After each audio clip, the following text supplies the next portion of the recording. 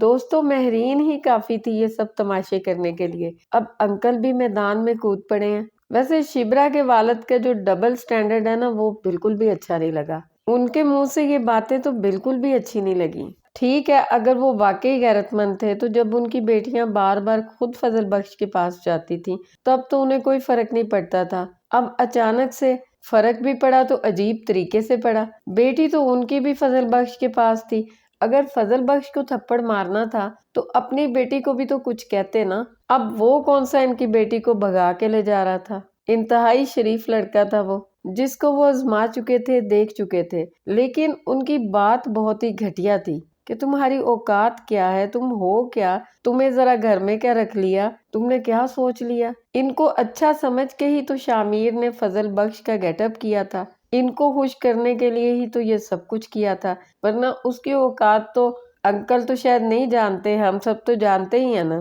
ناظرین، آج ہم بات کریں گے عشق مرشد ڈرامہ کی نیکسٹ ایپیسوڈ پہ، اور ہم مل کر اس کے اینڈ تک پہنچنے کی کوشش کریں گے کہ آخر اس ڈرامے کا اینڈ کیا ہوگا۔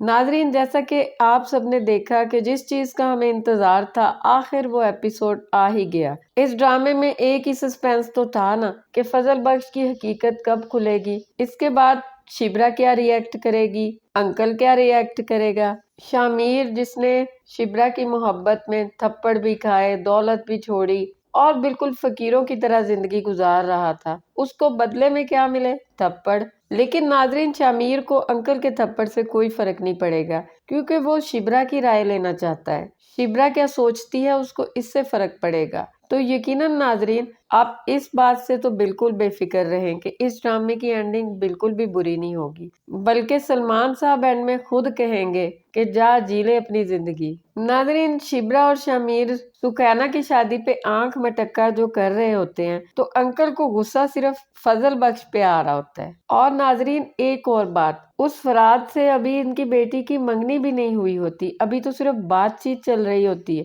اور انہوں نے اپنی بیٹی کو سجا سوار کے اس کی بغل میں بٹھایا ہوتا ہے، تو یہ بھی بالکل غلط لگا۔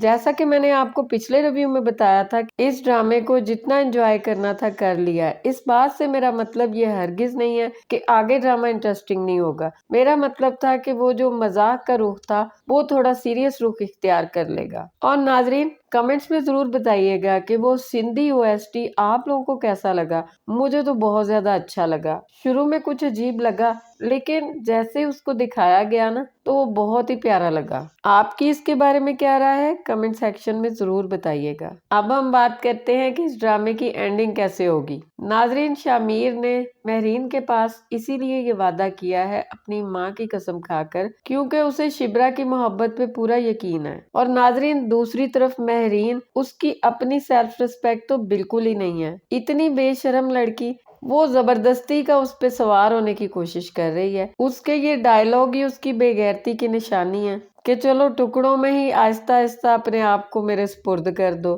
یہ بھلا کیا بات ہوئی؟ ایک بندہ تمہیں گھاس نہیں ڈالتا، تمہارے اوپر تھوکتا ہے اور تم اس کے پیچھے پیچھے پیار سے نہیں تو زبردستی سے ہی صحیح۔ لیکن خیر ناظرین، ہمیں کیا، وہ کون سا ہیروین کا رول ہے، وہ تو سائیڈ رول ہے نا، تو وہ جو مرضی کرے۔ شامیر نے تو شبرا سے ہی محبت کرنی ہے اور شبرا سے ہی شادی کرنی ہے۔ ناظرین، سلمان صاحب جب شامیر کو گھر سے نکال دیں گے تو شبرا اور شامیر ہمیشہ سمندر پہ جاتے ہیں، تو شامیر وہیں پر جائے گا اور شبرا کو بھی بلائے گا۔ شبرا وہاں پر آ کے حیران ہوگی کہ آخر یہ مجھ سے کیا بات کرنا چاہتا ہے۔ اور ناظرین، شبرا کے تاثرات سے یہاں پر یہ لگ رہا ہوتا ہے کہ شبرا کو ابھی تک پتہ نہیں ہوتا کہ اس کے والد نے کیسے بے عزت کر کے فضل بخش کو گھر سے نکالا ہے، اسی لیے تو وہ بالکل نارمل ہوتی ہے اور اس بات کا بھی نوٹس نہیں لیتی کہ فضل بخش نے تو کپڑے بہت VIP پہنے ہوئے ہیں۔ تو شامیر اس کو بولے گا کہ میرے ساتھ چلو، تمہیں کچھ دکھانا ہے، تو وہ اس کو اپنے ساتھ گاڑی میں بٹھا کر اپنی ماں کی قبر پر لے آئے گا۔